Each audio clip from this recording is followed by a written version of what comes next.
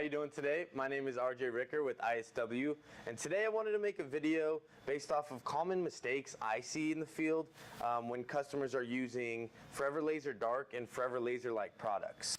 So first, let's address the press.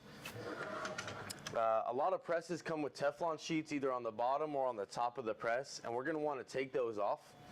We want nothing covering the lower platen or the heat press itself. So now let's address how to put the paper on the press. Two sides of the paper. The matte side we're going to have on the, or I guess the glossy side we'll have on the bottom, and the matte side will be facing up on your A sheet. This side right here is holding all the toner. And we're going to grab our B sheet, which is two-sided. One side has like the grids, it says Forever on it, and the other side is blank. We're going to put that blank side down, covering up the toner. And then we're going to lay either silicone sheets as we had today or parchment paper over the top. You're not going to want to put Teflon over it. It's just not going to get as much heat that it's going to need to seal in that adhesive. And so now we're just going to close it up. And so let's go over a little bit of the specifications. The pressing time is anywhere from 90 to 120 seconds. And the temperature, the range is 300 to 310, and today we're at 305 degrees, and we're at a low to medium pressure. My heat press says 4, so for the people that don't have a heat press that will give you an exact number of pressure, it's just a nice low to medium pressure will give you the best results using Forever Laser Dark. So the first mistake I want to show is when people actually pull the two papers apart too fast. And I want to show you the results that will happen when you do go too fast. So we're going to take the silicone sheets off.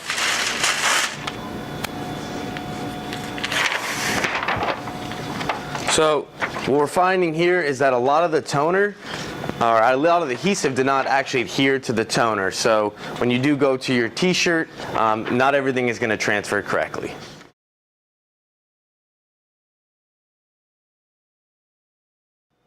Okay, so this next mistake that I commonly see is people actually taking the transfers and taking them off the platen and moving it somewhere else and then doing your peel.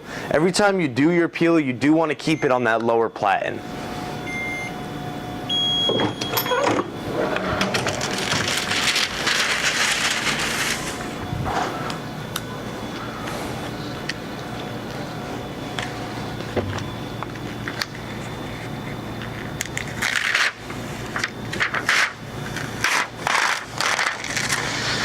So yeah, what happened was the adhesive actually got too cold, and then it wasn't able to actually transfer to the toner, and you basically just wasted your sheets right here.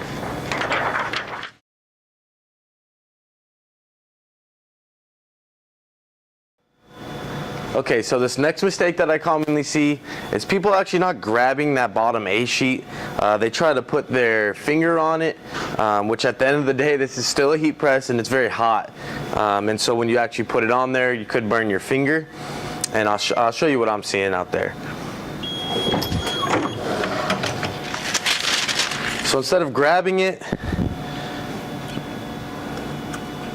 they will put their finger here, and then they'll stop pulling because it's too hot. It is hot, I promise you. And so there, you're just going to lose some of your adhesive, and everything's not going to stick to your toner like you're going to want it to.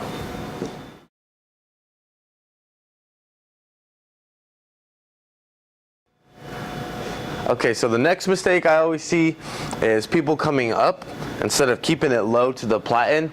You really want to keep it as low as you can to that heat source to get a nice smooth transfer.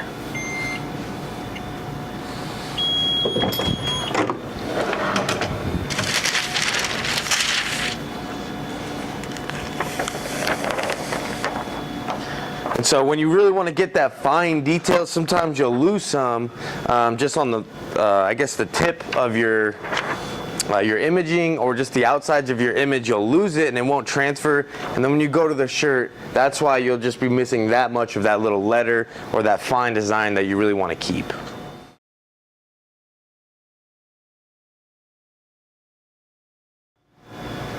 Okay, so the next mistake I always see is people actually trying to peel into the press. Not everyone will have the press that pulls out. So I'm going to show the swing away, so it's going to show swing away or like a clamshell. And I'm sure some of you have tried this one before. So you're going to swing it away, move it, and instead of coming out where there's no press, you'll actually go in to the press, and you don't want to touch it. And some people don't have as long as arms as me, so they'll just start coming up with it. And kind of like the last one, it's just not going to get the fine detail that you're looking for. And anytime you have to come up away from the press, you're going to lose that fine detail, and the adhesive won't transfer to your toner the way you're looking to.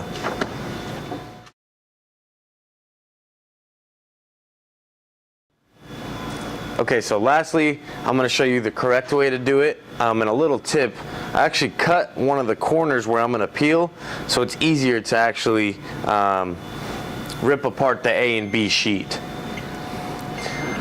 So the technique you want to use, there you go, is you want to grip the A sheet on the bottom and keep a slow, steady speed when pulling it off, and keeping it really low to the platen. You want to go all the way through, because if you miss it at the end, you could miss that little detail that your end user or your customer is going to want in their finished product when it's on the t-shirt.